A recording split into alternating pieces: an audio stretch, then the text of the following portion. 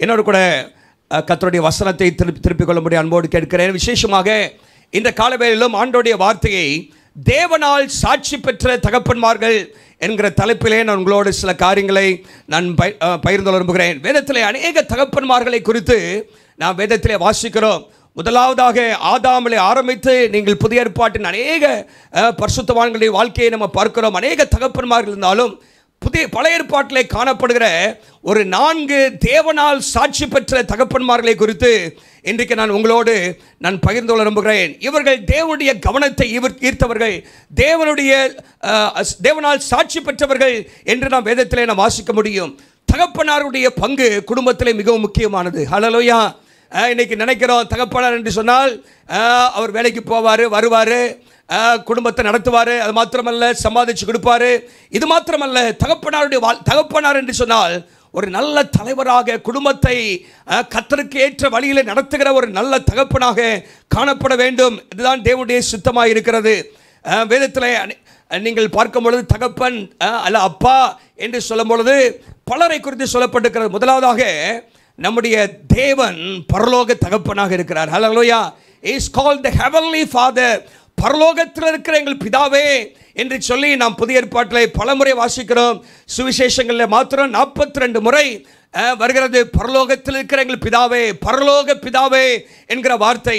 இரண்டாவதாக சரீர பிரகாரமான தகப்பன்மார்கள், நம்ம இந்த உலகத்திலே பெற்றெடுத்த, நம்ம இந்த உலகத்திலே வருவதற்கு காரணமாயிருந்த சரீர பிரகாரமான தகப்பன்மார்கள், பயாலஜிக்கல் ஃபாதர்ஸ் என்று சொல்லி பார்க்கிறோம். Heavenly father, biological father. மூன்றாவதாக நம்முடைய வாழ்க்கையிலே நம்ம ஆவிக்குரிய காரியங்களிலே நம்மை நடத்துகிற, கிறிஸ்துவுக்குள்ளாக நம்மை வழிநடத்தின, கிறிஸ்துவிலே நம்மை வளரச் செய்கிற ஆவிக்குரிய தகப்பன்மார்களை ஆண்டவர் இந்த உலகத்திலே ஆண்டவர் நமக்கு தருகிறார். ஹல்லேலூயா. ஆவிக்குரிய தகப்பன்மார்கள், ஸ்பிரிச்சுவல் ஃபாதர்ஸ். நான்காவதாக வேதத்திலே ஆபிரகாமை குறித்து சொல்லப்பட்டிருக்கிறது. அவன் விசுவாசிகளுக்கெல்லாம் தகப்பன் என்று சொல்லப்பட்டிருக்கிறது. பிசாசை குறித்து சொல்லப்பட்டிருக்கிறது. அவன் பொய்யனும் பொய்க்கெல்லாம் தகப்பனுமாக இருக்கிறான். ஹல்லேலூயா. அவனுடைய பக்கம் நம்ம போகக்கூடாது. பொய்யனும் பொய்களுக்கெல்லாம் பிதாவாக, ஃபாதர் ஆஃப் லைஸ் என்று போடப்பட்டிருக்கிறது. இன்றைக்கு நம்முடைய வாழ்க்கையிலே வேதத்திலே சொல்லப்பட்டவர்கள் நல்ல மாதிரிகளை கர்த்தர் நமக்காக அவர் வைத்திருக்கிறார்.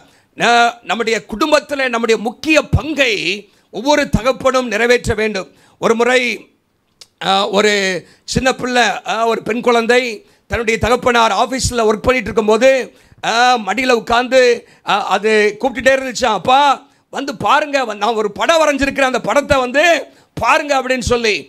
அவர் சொன்னாரா, இல்லை இப்போ வர முடியாது மகளே, நான் வேலையாக இருக்கிறேன், போயிரு, அப்புறம் வரேன், எல்லாம் முடிச்சுட்டு வரேன் அப்படின்னாராம். திரும்ப 10 நிமிஷம் கழிச்சு அந்த பிள்ளை திரும்பியும் போய், daddy will you come and see my picture now, நான் வரைந்திருக்கிற அந்த படத்தை நீங்கள் பார்க்க வரீங்களா இப்போவாது அப்படின்னா, இல்லை வர முடியாது அப்படின்ட்டாராம். 3வது முறை அந்த பிள்ளை போய் அது கேட்டுச்சான், நீங்கள் வரீங்களா அப்படின்னு சொல்லி. அப்பா ரொம்ப கோபமடைஞ்சு, நான் அலுவலாக இருக்கிறவனுக்கு தெரியாதா, நான் பிஸியாக இருக்கிறவனுக்கு தெரியாதா, என்னை தொந்தரவு பண்ணாத, போயிரு. நான் ரெடியாக இருக்கும்போது என்ன பண்ணேன், வாரேன்னு அப்படின்னு சொன்னாராம். சில மணி நேரங்கள் கழித்து அப்பா வெளியே வந்தாராம். மகள்கிட்ட போய் கேட்டாராம், அந்த படத்தை நான் பார்க்கவா, can I see the picture now அப்படின்னு சொல்லி. அந்த மகள் அந்த படத்தை காண்பித்தாலாம். அந்த படத்தில் அவளும் அவளுடைய தாயும் அவளுடைய சகோதரனும் அங்கே வெளியே புல்வெளியில் நிற்கிற மாதிரியும் பக்கத்தில் ஒரு நாய்க்குட்டி இருக்கிற மாதிரியும் அந்த படத்தில் வரைஞ்சிருந்தாலாம். யாரெல்லாம்? அம்மா, சகோதர, அண்ணே, அப்புறம் ஒரு நாய்க்குட்டி இருக்குது கூட, யாருக்கா அந்த பிள்ளை இருக்கிற மாதிரி இருந்துச்சான். அப்பா நல்லா எல்லாம் சிரிச்சிட்டு இருக்கிறாங்க. எல்லாரும் என்ன பண்ணுறாங்க, சிரிச்சிட்டு இருக்கிறாங்க வித் பிக் ஸ்மைல்ஸ்.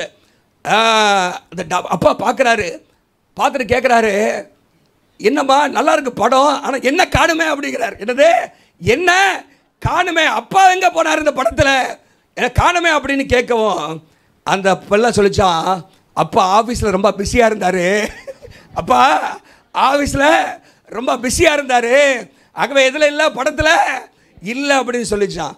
அப்போ தான் அந்த அப்பா ரொம்ப உடைக்கப்பட்டாராம். உடைக்கப்பட்டு மனசில் தோணிச்சான், பாருங்கள் என் மகளுடைய வாழ்க்கையில் அவளை ரொம்ப நேசிக்கிற அக்கறை உள்ள அந்த பட்டியலில் நான் இடமிடாமல் போய்விட்டனே என்று சொல்லி வருத்தப்பட்டு அவர் மறுபடியும் அந்த குடும்பத்தை அதிகமாக நேசிக்கவும், நேரம் செலவழிக்கவும், அந்த குடும்பத்தைக்கு கூட அதிகமாக நேரத்தை கொடுக்கவும் அவர் தீர்மானித்தாராம். அன்றைக்கி என்ன சொல்ல விரும்புகிறேன்னா, தகப்பன்மார்களாகி நீங்கள் அந்த படத்தில் வரணும்னா என்ன செய்யணும்? ஒரு எல்லாம் சொல்லுங்க பார்க்கலாம். What to do in order to come in that picture? இந்த படத்தில் நாம் வர வேண்டும் என்று சொன்னால், குடும்பத்தில் நாம் ஒன்றிணைந்து செயல்பட வேண்டும் என்று சொன்னால் நாம் என்ன செய்ய வேண்டும் என்பதை நாம் சிந்திக்க வேண்டும். தகப்பனாக மாறுவது எளிது, ஆனால் தகப்பனாக இருப்பது கடினம். தகப்பனாக மாறுவது அது அது மிகவும் கஷ்டமான ஒரு காரியம் அல்ல. திருமணமாகிறது, உறவுகள் ஏற்படும் பொழுது தகப்பனாக மாறிவிடுகிறோம். ஆனால் தகப்பனாக இருப்பது, becoming a father is easy, but being a father is difficult. ஒரு நல்ல தகப்பனாக குடும்பத்தில் ஒவ்வொருவரும் செயல்படும் பொழுதுதான் அந்த குடும்பம் ஆசீர்வாதமாக மாறும். ஒரு மனுஷன் ஜான் ட்ரெஷர் என்கிறவர் ஒரு புத்தகத்தை எழுதினார். அந்த புத்தகத்தினுடைய தலைப்பு என்னவென்று சொன்னால், if I were starting my family again, நான் மறுபடியும் என்னுடைய குடும்பத்தை நான் ஆரம்பத்திலிருந்து ஆரம்பித்தால், அதான் தலைப்பு, if I were starting my family again என்று சொல்லி அவர் அதில் சில காரியங்களை சொல்கிறாரு. அப்படி நான் மறுபடியும் குடும்பத்தை ஆரம்பித்தேன்னா, இப்போ வாய்ப்பு போயிடுச்சு, ஆனால் இன்னொரு வாய்ப்பு அப்படி கிடச்சிச்சுன்னா, அவர் சொல்கிறாரு, I would love the mother of my children more, என் பிள்ளைகளின் தாயை அதிகம் நேசிப்பேன். அப்படின்னா யார? மனைவியை என்ன பண்ணுவேன்? அதிகம் நேசிப்பேன். ஐ வுட் லிசன் மோர், அதிகம் கவனித்து கேட்பேன். I would seek more opportunities to give my children a sense of belonging. என்னுடைய பிள்ளைகள், குடும்பத்தில் உள்ள அனைவரும் நாங்கள் ஒன்றாக இருக்கிறோம், ஒருவரை ஒருவர் சார்ந்திருக்கிறோம் என்கிற அந்த காரியத்துக்கான வாய்ப்புகளை அதிகமாக ஏற்படுத்தி கொடுப்பேன். I would express my appreciation and praise more often. அதிகமாக பாராட்டுவேன், புகழ்ந்து பேசுவேன். I would spend more time together with the family. அதிக நேரம் குடும்பத்துடன் செலவழிப்பேன். I would laugh more, அதிகமாக சிரித்து மகிழ்வேன் என்றெல்லாம் அவர் சொல்கிறார். ஹல்லேலூயா. ஆனால் வாய்ப்பு போயிடுச்சு. நமக்கெல்லாம் வாய்ப்பு இருக்குது. ஹல்லேலூயா. நம்முடைய வாழ்க்கையில் சில காரியங்களை செய்ய தீர்மானிக்க ஆண்டவர் நமக்கு கிருபை தருவாராக. அநேக தகப்பன்மார்கள், எல்லாரும் புருஷர்கள் இன்றைக்கு தற்பெருமை கொண்ட அரகண்ட் ஹஸ்பண்ட்ஸ் அண்ட் ஃபாதர்ஸாக இருக்கிறாங்க. சிலர் பார்த்தீங்கன்னா சர்வாதிகார ஆட்டோக்ராட்டிக் ஹஸ்பண்ட்ஸ் ஃபாதர்ஸாக இருக்கிறாங்க. அப்படின்னா என்ன? சில வசனத்தையும் கோட் பண்ணுவாங்க, நான் தான் குடும்பத்தின் தலைவன், நான் சொல்கிறபதான் எல்லாம் நடக்கணும் அப்படின்னு சொல்லி. ஹெட் ஆஃப் த ஃபேமிலினா என்ன அர்த்தம்னா, you should take the leadership. நல்ல தலைமத்துவமாக இருந்து குடும்பத்தை நன்றாக கவனிக்கிறதா தலைவர், தவிர சர்வாதிகாரம் பண்ணுறதுக்கு தலைவர் கிடையாது. குடும்பத்தை கவனிக்க தான் ஆண்டவர் தலைவர்களாக வச்சிருக்கிறாரு. ஆட்டோக்ராட்டிக்காக இருக்கிற ஆட்கள், ஆட்டோக்ராட்டிக்காக இருக்கிறவங்க, அரகண்டாக இருக்கிறவங்க, ஆப்சென்டி ஹஸ்பண்ட் அண்ட் ஃபாதர்ஸ். சிலர் தகப்பன்மார்கள் இருப்பாங்க, ஆனால் இருக்க மாட்டாங்க. அப்படின்னா புருஷன் ஒருத்தர் இருக்காருங்க, தகப்பண்ணி ஒருத்தர் இருக்கிறாரு, ஆனால் எப்போ பார்ப்போன்னே அவரை தெரியாது. எங்கே போவோம், எங்கே வருவாருன்னு தெரியாது. எல்லாம் தூங்கினப்புறம் தான் வருவார், எந்திரிக்கிற மாதிரி போயிடுவார். அப்படிப்பட்ட ஒரு சூழ்நிலை இருக்கும். அப்படி இருக்கக்கூடாது. ஆப்சென்டி ஃபாதர்ஸ் இருக்கக்கூடாது. இன்னைக்கு சொல்கிறாங்க, over 15 million kids are growing up in home without any father figure. இன்னைக்கு உலகத்தில் சுமார் 1.5 கோடி சிறு பிள்ளைகள் தகப்பன் இருந்தும் இல்லாத சூழ்நிலையிலே அவர்கள் வளர்ந்து கொண்டிருக்கிறார்கள். 70% of men in prison grew up without a father. நீங்கள் பார்த்தீங்கன்னா சிறைச்சாலை இருக்கிற அநேகர் வாழ்க்கையில் பார்த்தீங்கன்னா அதில் 70% ஆட்கள் அவங்க வாழ்க்கையில் சரியான தகப்பன்மார்கள் இல்லாதனால்தான் அப்படிப்பட்ட ஒரு சூழ்நிலைக்கு தள்ளப்படுகிறார்கள். என்னமாக அபியூசிவ் ஹஸ்பண்ட்ஸ் அண்ட் ஃபாதர், திட்டுகிற, கொடுமைப்படுத்துகிற தகப்பன்மார்கள் இருக்கிறார்கள். இப்படிப்பட்ட தகப்பன்மார்களை குறித்து வேதம் சொல்லவில்லை. நமக்கு சில மாதிரி உள்ள தகப்பன்மார்களை குறித்து வேதம் சொல்கிறது. அவர்களை 4 பேரை இன்றைக்கு வேகமாக சொல்ல விரும்புகிறேன். முதலாவதாக நோவா. எல்லாம் சொல்லுங்க, நோவா. நோவா அவர் எப்படிப்பட்ட தகப்பன் என்று சொன்னால், ஒரு நல்ல தகப்பன். அவர் குடும்பத்துக்கு மாதிரியாக நடந்து குடும்பத்தை ரட்சிப்புக்குள் நடத்தின தகப்பன். A model father who led his family to salvation. ஒரு நல்ல தகப்பனாக இருந்து குடும்பத்தை ரட்சிப்புக்குள்ளாக நடத்தினார். நோவா அப்படின்னு சொன்னாலே நமக்கு உடனே வர்றது என்னதான்? பேழை தான் வரும். அப்படிதானே? ஒரு பேழையை கட்டினார் என்று சொல்லி நம்ம பார்க்கிறோம். நோவா என்று சொன்னால் நமக்கு வருவது அந்த பேழைக்குள்ளாக எல்லாம் ரெண்டு ஜோடியா மிருகங்கள்லாம் போனதையும், மாத்திரமல்ல அவர் மூலமாக ஆண்டவர் ஒரு புதிய சந்ததியை, புதிய ரேஸ், ஹியூமன் ரேஸை ஆரம்பித்ததை குறித்து நாம் வேதத்தில் வாசிக்கிறோம். ஆனால் இந்த நோவா ஒரு நல்ல தகப்பனாக இருந்திருக்கிறார். ஹல்லேலூயா. ஒரு நல்ல தகப்பன். he was a good father. ஒரு நல்ல தகப்பன். நோவாவுடைய பெரிய சாதனை பேழையை உண்டாக்கினது மாத்திரமல்ல, பேழையை உண்டாக்கினது ஒரு பெரிய சாதனை தான். அன்றைக்கு பல நூற்றாண்டுகளுக்கு முன்பாகவே பாருங்க, ஆண்டவர் சொல்றார், இத்தனை அடி நீளம், இத்தனை அடி உயரம், இதெல்லாம் இப்படி செய்ய வேண்டும், இத்தனை தட்டுகள் இருக்க வேண்டும் என்று பல காரியங்களை சொல்றாரு. அதெல்லாம் அந்த மெஷர்மெண்ட் படி, அன்னைக்கு டெக்னாலஜிலாம் அன்னைக்கு கிடையாது, பெரிய என்னது தொழில்நுட்பங்கள்லாம் கிடையாது. அப்படிப்பட்ட காலத்தில் அத்தனை மிருகங்களையும் தாங்கி மிதக்கக்கூடிய அளவிலே ஒரு பேழை அவர் கட்டியிருந்தார் என்று சொன்னால் அது ஒரு பெரிய சாதனை தான். ஹல்லேலூயா. இன்னைக்கு எத்தனையோ டெக்னாலஜி இருக்கிறது, எத்தனையோ காரியம் இருக்குது, அப்படியும் கப்பல் கவிழ்ந்துருது. ஆனால் நோவா காலத்தில் பேழை அது மிதந்து கொண்டே இருந்தது. மிதப்பதற்காகவே உண்டாக்கப்பட்டது தான் பேழை என்று சொல்லி நம்ம பார்க்கிறோம். அதை செய்ததே ஒரு பெரிய சாதனை.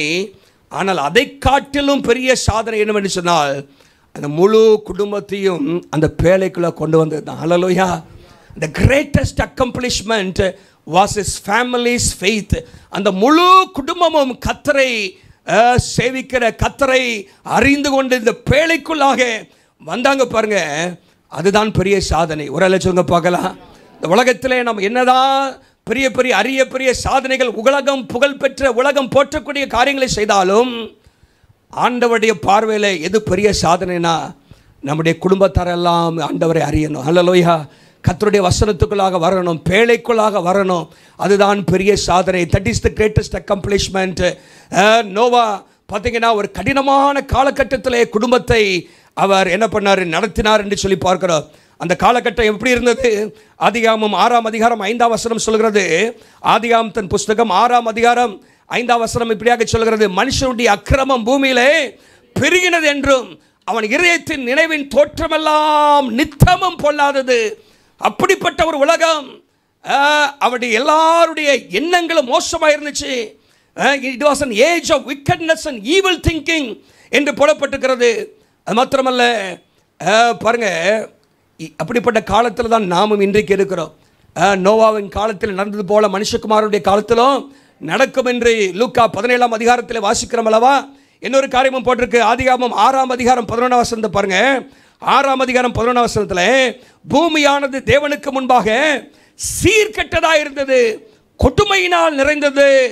It was corrupt before God, filled with violence என்று போடப்பட்டிருக்கிறது. இப்படி கடினமான மோசமான சூழ்நிலை, சீர்கெட்ட உலகம், கொடுமை நிறைந்த உலகம். இப்படிப்பட்ட ஒரு நேரத்தில் தன்னுடைய குடும்பத்தை ஆண்டவருக்கு நேராக நடத்தினார். ஒரு சொல்லுங்க பார்க்கலாம். எல்லாம் சீர்கெட்டு போய் கிடக்குது, கொடுமையாக இருக்குது. ஆண்டவரே பார்க்குறாரு, இந்த மனுஷனை உண்டாக்குறதுக்காக வேதனைப்படுற அப்படிங்கிறார், இவங்களெல்லாம் அழிக்க போகிறேங்கிறாரு. அப்படிப்பட்ட ஒரு உலகத்தில் வாழ்ந்து கொண்டிருந்த நோவா தன்னுடைய மனைவி, பிள்ளைகளை, மருமக்களை கர்த்தருக்கென்று ஆதாயப்படுத்தினார். ஒரு லட்சம் பார்க்கலாம். பாருங்க, ஒரு மனுஷன், இந்த பொல்லாத உலகத்திலே ஒரு மனுஷன் ஆண்டவருக்கு பயந்து வாழும் பொழுது அவன் கர்த்தருடைய கவனத்தை அவன் இருக்கிறான். ஹல்லேலூயா. நீங்கள் 6ஆம் அதிகாரம் அவருடைய ரகசியம் என்ன, ஒரு நல்ல தகப்பனாக அவர் இருப்பதற்கு ரகசியம் என்னன்னு சொன்னால் 6:9 போட்டிருக்கு, நோவா தன் காலத்தில் இருந்தவர்களுக்குள்ளே நீதிமானும் உத்தமனுமாயிருந்தார். நோவா தேவனோடே சஞ்சரித்து கொண்டிருந்தான். நோவா உத்தமனும் நீதிமானுமாயிருந்தான், தேவனோடே சஞ்சரித்து கொண்டிருந்தான். இதுதான் ரகசியம். ஹல்லேலூயா. என்ன ரகசியம்? How did Noah succeed as a father? ஒரு தகப்பனாக வெற்றி பெறுவதற்கு காரணம் என்னவென்று சொன்னால் இந்த 9ஆம் வசனத்தில் போடப்பட்டபடி அவர் ஹல்லேலூயா, அவர் ஒரு வித்தியாசமான வாழ்க்கை வாழ்ந்தார். பாருங்க, 5ஆம் வசனத்தில் மனுஷனுடைய இருதயத்தின் நினைவெல்லாம் பொல்லாதது என்று கர்த்தர் காண்கிறார். அதன் மத்தியிலே ஒரு மனுஷன் உத்தமனும் நீதிமானுமாய் இருக்கிறான், தேவனோடு நடக்க விரும்புகிறான். எல்லாரும் உலகத்தோடு ஒத்து போக விரும்புகிறார்கள், எல்லாரும் உலகத்தோடு போக விரும்புகிறார்கள், எல்லாரும் உலகத்தை செய்கிறது போல செய்ய விரும்புகிறார்கள். ஆனால் இங்கே ஒரு மனுஷன் Noah dared to be different. அவன் தனித்திருக்க, வித்தியாசமாக இருக்க அவன் துணிவுள்ளவனாக இருந்தான். அல்லேலூயா. யார் எப்படி இருந்தாலும் நான் இப்படி இருக்க மாட்டேன், நான் கர்த்தருக்கு பிரியமாக இருப்பேன், நான் கர்த்தரோடு நடப்பேன், நான் பரிசுத்தமாக வாழ்வேன், என்னை கரைபடுத்த நான் விடமாட்டேன், நான் தேவனோடு நடப்பேன் என்கிற அந்த தீர்மானத்தை உறுதியாக கொண்டிருந்தார் என்று நோவாவை குறித்து நாம் வாசிக்கிறோம். பாருங்க, he raised his family during a time of extreme wickedness. பொல்லாத உலகத்திலே அவர் தன்னுடைய குடும்பத்தை அவர் நடத்தி வந்தார். It was a time of extreme violence. சீர்கட்ட உலகத்துமாக இருந்தது. It was a time when God and his ways were being ignored. தேவனையும் தேவனுடைய வழிகளையும் மக்கள் புறக்கணித்திருந்தார்கள். அப்படிப்பட்ட உலகத்திலே நோவா வாழ்ந்து கொண்டிருந்தார். It was a time of impending judgment of God. தேவனுடைய நியாய தீர்ப்பு சீக்கிரம் வரப்போகிற அந்த காலகட்டத்திலே நோவா வாழ்ந்து கொண்டிருந்தார். ஹல்லேலூயா. நீங்களும் நானும் அப்படிப்பட்ட காலத்தில் தான் வாழ்ந்து கொண்டிருக்கிறோம். தேவனுடைய நியாய தீர்ப்பு சீக்கிரமாக வரப்போகிறது. we are all living against the background of the impending danger of God, God's judgment. ஆண்டவருடைய அந்த நியாய தீர்ப்பு சீக்கிரம் வரப்போகிறது. அப்படிப்பட்ட ஒரு காலத்தில் தான் நோவா வாழ்ந்துகிட்டு இருந்தார். சீர்கெட்ட உலகம், பக்தி இல்லாத உலகம், தேவனை புறக்கணித்த ஒரு உலகத்தில் வாழ்ந்து கொண்டிருந்தார். ஆனால் நோவாவை குறித்து வேதம் சொல்கிறது, நோவா தேவனோடு சஞ்சரித்து கொண்டிருந்தார். ஹல்லேலூயா. அவருடைய 3 பிள்ளைகள் பேர் என்ன?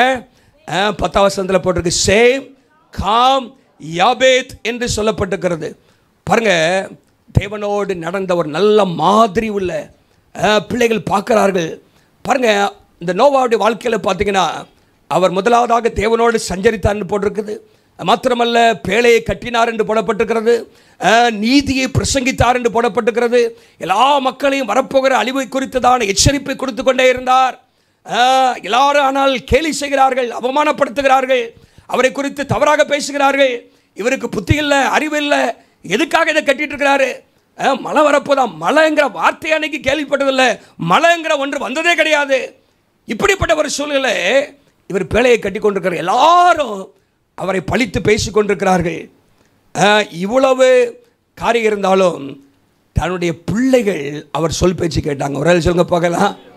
அங்கே பார்த்தீங்கன்னா நீங்கள் வேதத்தில் வாசித்தீங்கன்னா அங்கே போட்டிருக்கு, 6ஆம் அதிகாரம் 18ஆம் வசனத்தில் ஆண்டவர் சொல்கிறாரு, உன்னுடனே உன் உடன்படிக்கை ஏற்படுத்துவேன், நீயும் உன்னோடு கூட உன் குமாரரும் உன் மனைவியும் உன் குமாரரின் மனைவிகளும் பேழைக்குள் பிரவேசியுங்கள். இது யார் சொல்கிறா? தேவன் சொல்கிறார். நீங்கள் 13ஆம் வசனத்துலேருந்து 6:13 7:4 வரைக்குமே பார்த்தீங்கன்னா ஆண்டவர் யார்கிட்ட பேசிகிட்டு இருக்கிறாரு? நோவாட்ட பேசிகிட்டு இருக்கிறாரு. ஆனால் நோவா இப்போ யார்கிட்ட சொல்கிறாரு? பிள்ளைகிட்ட சொல்கிறாரு, குடும்பத்துக்கு சொல்கிறாரு, பேழைக்குள் பிரவேசிங்கள். நோவாட்ட ஆண்டவர் சொல்கிறாரு, நீயும் உன் குமாரரும் மனைவியும் உன்னுடைய குமாரன் மனைவிகளும் எல்லாம் பேழைக்குள் பிரவேசிங்கள் என்று ஆண்டவர் சொல்கிறாரு. இவர் இப்போ என்ன சொல்கிறாரு? நீங்கள் வந்துடுங்க அப்படின்னு. இந்த பிள்ளைகளே சொல்லியிருக்கலாம், கர்த்தர் எங்கள்கிட்ட பேசிட்டோம் அப்படின்னு சொல்லிக்கலாம்ல. கர்த்தர் எங்கள்கிட்ட பேசிட்டோம், உங்கள்கிட்ட பேசுகிறது எங்கள்கிட்ட பேச மாட்டாரா அப்படின்னு கேட்டுக்கலாமா இல்லையா? இன்னைக்கு எப்படி தான் கேட்குறாங்க, உங்கள்கிட்ட பேசுகிறது என்கிட்ட பேசலாமே. ஆனால் ஆண்டவர் பிள்ளைகள்கிட்ட பேசலை. ஆண்டவர் என்ன செய்யலை? நேரடியாக போய் மனைவிட்ட பேசலை. ஆனால் தேவன் இங்கே தான் பேசுகிறாரு. அவர் போய் என்ன பண்ணுறாரு? பிரவேசியுங்கள் அப்படின்னு சொல்லவும் அங்கே 7:7 சொல்லுது, ஜலப்பிரதத்துக்கு தப்பும்படி நோவாவும் அவனோடு கூட அவனுடைய குமாரரும் மனைவியும் அவன் குமாரரின் மனைவிகளும் பேழைக்குள் பிரவேசித்தார்கள். ஹல்லேலூயா. மழை வரல, இன்னும் மழை தூரல் போடலை. ஒவ்வொருத்தரும் என்ன பண்ணுறான்? திட்டிகிட்டு இருக்கிறான், என்னவோ பேசிகிட்டு இருக்கிறான், அவன் வேலையை பார்த்துட்டு இருக்கிறான். இந்த குடும்பம் அந்த 8 பேரும் நோவா தவிர மற்ற 7 பேரும் பார்த்தீங்கன்னா ஒரு வார்த்தை மறுப்பு பேசாமல், மழை வந்தவனை பார்த்துக்கிறேன், நீங்கள் சொல்கிறது உங்கள்கிட்ட பேசுகிறது என்கிட்ட பேச மாட்டாரா, இப்படிலாம் ஒருத்தரும் கேட்கல. பாருங்கள், இது எதை குறிக்கிறேன்னு சொன்னால், he won the respect, அவருடைய மரியாதையை சம்பாதித்தார். ஒரு நல்ல ஒரு தகப்பனாக நம்முடைய பிள்ளைகள் குடும்பத்தாருடைய மரியாதையை சம்பாதிக்கணும். ஹல்லேலூயா. நம்ம பேசுகிற வார்த்தையை அவங்க நம்பணும். ஹல்லேலூயா. நீங்கள் பார்த்தீங்கன்னா they believed in what he believed in because they believed in him. அவர் நம்பினதை அவங்க நம்பினாங்க, ஏன்னா அவங்க நம்பினாங்க. ஒரு லட்சம் மகளா, அவர் நம்பினதை அவங்க நம்பினாங்க, ஏன்னா அவர் என்ன பண்ணாங்க, அவர் சொன்னால் சரியாக தான் இருக்கும், அவ்வளோ தூரம் அவர் மேலே மரியாதை வச்சுருந்தாங்க. ஆனால் நீங்கள் லோத்துடைய வாழ்க்கையை பாருங்கள். லோத்து குறித்து சொல்லப்பட்டிருக்கிறது 19ஆம் அதிகாரத்தில். அந்த லோத்துவை ஆண்டவர் சொல்கிறாரு, உன் குடும்பத்தோடு அந்த இடத்த விட்டு ஸ்தலத்தை விட்டு ஓடிப்போ அப்படிங்கிறார். தப்புமடி ஓடிப்போ. அதை போய் குடும்பத்தில் சொல்கிறாரு, ஓடி வந்திருக்கப்பா அப்படிங்கிறார். அவங்க என்ன நினச்சாங்களாம், 14ஆம் வசனம் போட்டிருக்கு, இவர் பரியாசம் பண்ணுறாரு. என்ன பண்ணுறாரு, இங்கிலீஷில் போட்டிருக்கு, வாஸ் ஜோக்கிங். அவர் ஜோக் அடிக்கிறீங்களா அப்படின்னு கேட்டாங்களாம். லோத்துவை பார்த்து, என்ன லோத்துவே, நீங்கள் என்ன ஜோக் அடிக்கிறீங்களா, ஆண்டவர் என்ன அழிக்க போகிறாரா, அதெல்லாம் ஒன்றும் நடக்காது அப்படின்னு சொன்னாங்க அப்படின்னு போட்டிருக்குது. ஆனால் இங்கே போட்டிருக்குது, பிரவேசிங்கள்னு சொன்னோன்னே என்ன பண்ணாங்களா, எல்லாரும், யாரும் முழு உலகமே உள்ளே வர மாட்டேங்குது பேழைக்குள்ளே. ஆனால் பிள்ளைகளும் மனைவியும் மருமக்களை உள்ள வந்துட்டாங்க. அல்லேலூயா. ஏன்னா அவருடைய வாழ்க்கையை பார்த்தார்கள். 120 வருஷம் அந்த வேலையை செஞ்சுட்டே இருக்கிறாரு. எவ்வளவோ அவமானங்கள், எவ்வளவோ நிந்தைகள், எவ்வளவோ பாடுகள், எவ்வளவோ கஷ்டங்கள். ஆண்டவர் ஒரு முடியாத, ஒரு இம்பாசிபிள் ஒரு டாஸ்கை கொடுக்குறாரு. அதை உண்மையும் உத்தமமாக நோவா செய்து கொண்டே இருந்தார். அதே சமயத்தில் ஆண்டவருடைய வார்த்தையை பிள்ளைகளுக்கு சொல்லிக்கொண்டே இருந்தார். அல்லேலூயா. அவருடைய வாழ்க்கையை பார்த்து, அவருடைய ஒருவேளை அவர் சில காரியங்கள் ஆண்டவர் சொன்னதை சொன்னால் கூட அவங்க நம்ப இருக்க மாட்டாங்க. ஆனால் அவருடைய வாழ்க்கையை பார்த்து எவ்வளோ பக்தி உள்ளவராக கர்த்தரோடு நடக்கிறார், உத்தமமாக இருக்கிறார், உண்மையாக இருக்கிறார் என்பதை பார்த்து அவர்கள் அவங்க சொன்ன உடனே உள்ளே வந்துட்டாங்க. ஒரு சொல்லுங்க பார்க்கலாம். இன்றைக்கி நம்முடைய வாழ்க்கையை சற்று யோசித்து பார்க்கணும். He won the respect and also he won their response. 7ஆம் அதிகாரம் 7ஆம் வசனத்தில் வாசிக்கிறோம் அல்லவா, அவர்கள் பிரவேசித்தார்கள் என்று சொல்லி நம்ம பார்க்கிறோம். பாருங்க, மழை வரல, முழு உலகமும் உள்ளே வருவதற்கு அது சம்மதிக்கவில்லை. ஆனால் இவர்கள் வந்தார்கள். பின்னாடி நடந்தது என்ன, மழை வந்தது, முழு உலகமும் அழிந்து போனது, எல்லாரும் அந்த மழை அந்த வெள்ளத்தில் மூழ்கி போனார்கள் என்று சொல்லி நாம் பார்க்கிறோம். பாருங்க, the greatest accomplishment of the life of this great man was the fact he was able to see his children saved. அவருடைய குடும்பம் ரட்சிக்கப்படுவதை பார்த்தது தான் அவருக்கு பெரிய சந்தோஷம். ஒரு சொல்லுங்க பார்க்கலாம். அதான் 11ஆம் அதிகாரம் 7ஆம் வசனம் எபிரேயரில் வாசிக்கிறோம். தேவனுடைய எச்சரிப்பை பெற்று குடும்பத்தை ரட்சிப்பதற்கு பேழையை உண்டு பண்ணினார் என்று சொல்லி நாம் வேதத்திலே நாம் வாசிக்கிறோம். இன்றைக்கி நம்முடைய வாழ்க்கையில் சில நேரங்களில் நம்ம எவ்வளோதான் காரியங்களை சொன்னாலும் பிள்ளைகள் அவர்களுக்கு கொடுத்த சுய சித்தத்தின்படி அவர்களுடைய தீர்மானங்களை எடுக்கிறார்கள். ஆனால் அவர்கள் என்ன தீர்மானம் எடுத்தாலும் நம்முடைய வாழ்க்கையை பார்த்து அதை அடிப்படையாக வைத்தான் சில தீர்மானங்கள் எடுப்பார்கள். ஆகவே அவர்களுக்கு சுய சித்தம் இருக்கிறது, அவர்கள் விருப்பப்படி சில காரியங்கள் எடுக்கலாம். ஆனால் அதை எடுப்பதற்கு நம்முடைய வாழ்க்கையும் கொஞ்சம் கவனித்து பார்க்குறாங்க. அதாவது இப்படி எடுத்தால் என்ன நடக்கும், இப்படி இருந்தால் எப்படி நடக்கும் அப்படிங்கிறதை நம்முடைய வாழ்க்கையை பேஸ் பண்ணி அவங்க சில தீர்மானம் எடுக்கிறாங்க. அந்த தீர்மானம் எடுப்பதற்கு நம்முடைய வாழ்க்கை சரியாக இருக்கணும். ஒரு சொல்லுங்க பார்க்கலாம். இந்த உலகத்தில் you may not leave your family a single time of inheritance. ஒரு சின்ன 5 சல்லி பைசா கூட நீங்கள் சொத்து சேர்க்காமல் இருக்கலாம். You may not leave them inch of property. ஒரு இன்ச் ப்ராப்பர்ட்டி கூட உங்கள் பிள்ளைகளுக்கான வைத்து போகாமல் இருக்கலாம். ஆனால் விசுவாசத்தையும் ரட்சிப்பையும் பிள்ளைகளுக்கு கொடுத்தே ஆக வேண்டும். அல்லேலூயா. இன்னைக்கு என்னைக்கு அழிவு வரும் நமக்கு தெரியாது. இந்த உலக முடிவுக்கு பிற்பாடு, மரணத்துக்கு பிற்பாடு ஒரு பெரிய எதிர்காலம் காத்து கொண்டிருக்கிறது. அது மோட்சம் இல்லாவிட்டால் நரகம், பரலோகம் இல்லாவிட்டால் நரகம். நம்முடைய குடும்பத்தார் நரகத்துக்கு போயிடக்கூடாது. அல்லேலூயா. அல்லேலூயா. இதை செய்தேன், அதை செய்தேன், ஓடினேன், அங்கே போனேன், இங்கே வந்தேன், பணத்தை சம்பாதித்தேன், இதை பண்ண, இங்கே போட்டு இதை பெருக்கினேன், அதை செய்தேன். ஆனால் பிள்ளைகள் வழி விலகி போய்விட்டார்கள், சத்தியத்தில் இல்லை, வசனத்தில் இல்லை என்று சொன்னால் அதை பார்க்கலும் பயங்கரமான காரியம் இல்லை. நம்முடைய பிள்ளைகள் ரட்சிக்கப்படணும். அல்லேலூயா. தகப்பன்மார்கள் அதற்காக பிரயாசம் எடுக்கணும். அல்லேலூயா. நீங்கள் உழைத்து சம்பாதித்த பிள்ளைகளை பராமரிப்பது நல்லதுதான், அதை நிச்சயமாக செய்ய வேண்டும். வேதம் சொல்லுகிறது, பிள்ளைகளை பராமரிக்காதவன் அவிசுவாசிகளும் கெட்டவன். ஆனால் அதை காட்டிலும் மேலானது என்னவென்று சொன்னால், நம்முடைய வாழ்க்கையிலே பிள்ளைகள் எப்படி ஆகிலும் பேழைக்குள்ளாக வந்துவிட வேண்டும், பரலோகத்துக்குள்ளாக வந்துவிட வேண்டும் என்கிற அந்த பாரத்தோடு அந்த காரியத்தோடு செய்யும் பொழுது கர்த்தர் நம்முடைய குடும்பத்தை ஆண்டவர் ஆசீர்வதிக்கிறார். அல்லேலூயா. அப்போ பாருங்கள், இந்த இடத்துல நான் வாசிக்கிறோம், குடும்பத்தை ரட்சிப்புகளாக நடத்தின ஒரு தகப்பனாக இந்த நோவாவை பார்க்கிறோம். அல்லேலூயா. ரெண்டாவதாக ஆபிரகாம் தேவனால் சாட்சி பெற்ற இன்னொரு தகப்பன். அவரை குறித்து வேதம் சொல்கிறது, கர்த்தரே சொன்ன ஒரு காரியம் என்ன தெரியுமா? ஆதிகாமம் 18:19 வாசிங்க. ஆதிகாமம் 18:19. அங்கே ஆண்டவர் சாட்சி கொடுக்கிறார். கர்த்தர் ஆபிரகாமுக்கு சொன்னதை நிறைவேற்றும்படியாய் அவன் தன் பிள்ளைகளுக்கும் தனக்கு பின்வரும் தன் வீட்டாருக்கும் நீங்கள் நீதியையும் நியாயத்தையும் செய்து கர்த்தருடைய வழியை காத்து நடவுங்கள் என்று கட்டளையிடுவான் என்பதை அறிந்திருக்கிறேன் என்று கர்த்தர் சொல்றார். ஆண்டவர் ஒரு காரியத்தை சொல்றாரு, என்னன்னா ஆபிரகாம் தன் பிள்ளைகளுக்கு தனக்கு பின்வரும் சந்ததிக்கு நீதியும் நியாயத்தையும் செய்து கர்த்தருடைய வழியை காத்து நடவுங்கள் என்று கட்டளையிடுவான். He will direct his children, command his children and his household after him to keep the way of the Lord by doing what is right and just என்று சொல்லப்பட்டிருக்கிறது. இங்கே ஆபிரகாமை குறித்து நம்ம எல்லாருக்கும் தெரியும், பலமுறை கேட்டிருக்கிறோம். ஆபிரகாமுடைய வாழ்க்கை ஒரு விசுவாச வீரராக இருந்ததை பார்க்கிறோம்.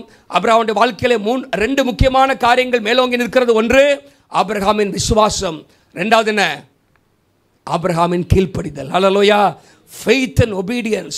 இது ரெண்டுலையும் ஆபிரகாமை பக்கத்தில் யாரும் வர முடியாத அளவுக்கு அவ்வளவு கீழ்ப்படிதல். வீட்டை விட்டு போனா போயிடுறாரு, பிள்ளையை கொடுனா கொடுக்கிறாரு, விருத்த சேதனம் பண்ணனா பண்றாரு.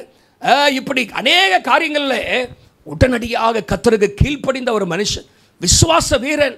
விசுவாச வீரர்கள் பட்டியலில் அதிகமான வசனங்கள் ஆபிரகாமுக்கு சாராளுக்கு தான் கர்த்தர் அங்கே ஒதுக்கி வைத்திருக்கிறார்.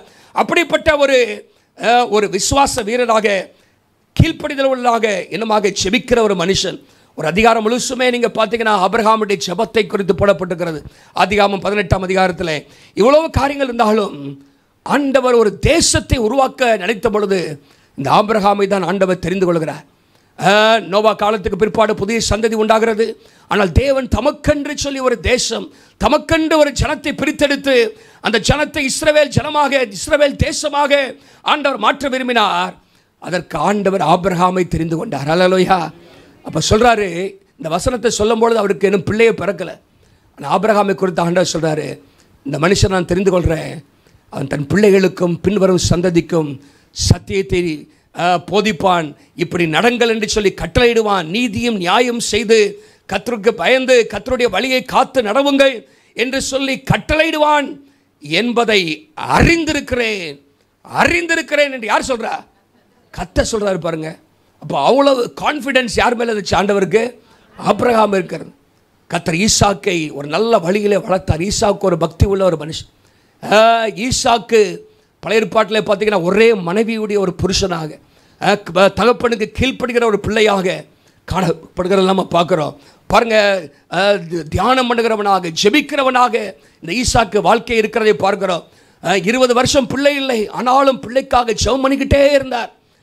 20 வருஷம் பிள்ளைக்காக ஜெபம் பண்ணாராம். 40 வயதில் திருமணம், 60 வயதில் தான் ஈசாக்குக்கு பிள்ளை பிறந்தது. ஆண்டவரே நம்பி, ஆண்டவரே சார்ந்திருந்தார். பாருங்க, மக்கள் அவரை தூஷணமாக பேசும் பொழுதும், செய்கிற காரியத்தை தடுத்த பொழுதும் அவர்களுக்கு விட்டு கொடுத்து இன்னொரு இடத்துல போய் துறவை தோண்டுகிற ஒரு மனுஷனாக இருந்தார். பலிபீடத்தை கட்டுகிற, பாருங்க, அப்படிப்பட்ட ஒரு பிள்ளையை வளர்த்த ஒரு தகப்பனாக யாரு? ஆபிரகாம் இருக்கிறதை பார்க்கிறோம். இந்த ஆபிரகாமை குறித்து வேதம் சொல்கிறது, இவர் எப்படிப்பட்ட தகப்பன்னா, பிள்ளைகளை கர்த்தருடைய வழியில் நடத்துகிற தகப்பன். A father who directed his children to walk in the ways of God.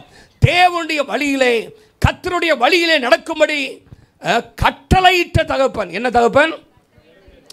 கெஞ்சின கவலை, எப்பா செஞ்சிருக்கப்பா, எப்பா அப்படின்னு இல்லை, செய்ய, இப்படிதான் நடக்கணும், இதுதான் நேர்மையான வழி, இதான் சத்தியம், இதான் நியாயம் என்று பிள்ளைகளை பார்த்து என்ன செய்வாரா?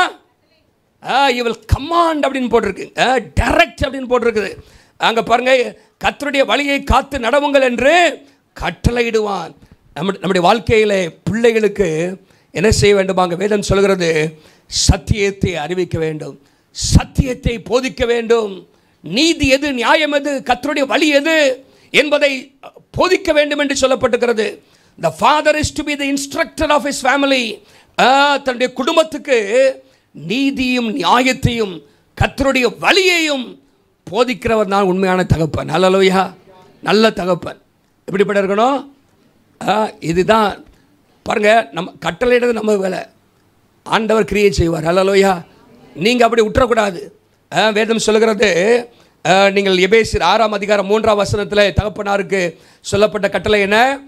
எபேசியர் 6ஆம் அதிகாரம் 3ஆம் வசனம், பிதாக்களே அங்கே அங்கே ஒரு தகப்பனையும் தாயும் கணவன் வாங்கலும் போட்டிருக்கு.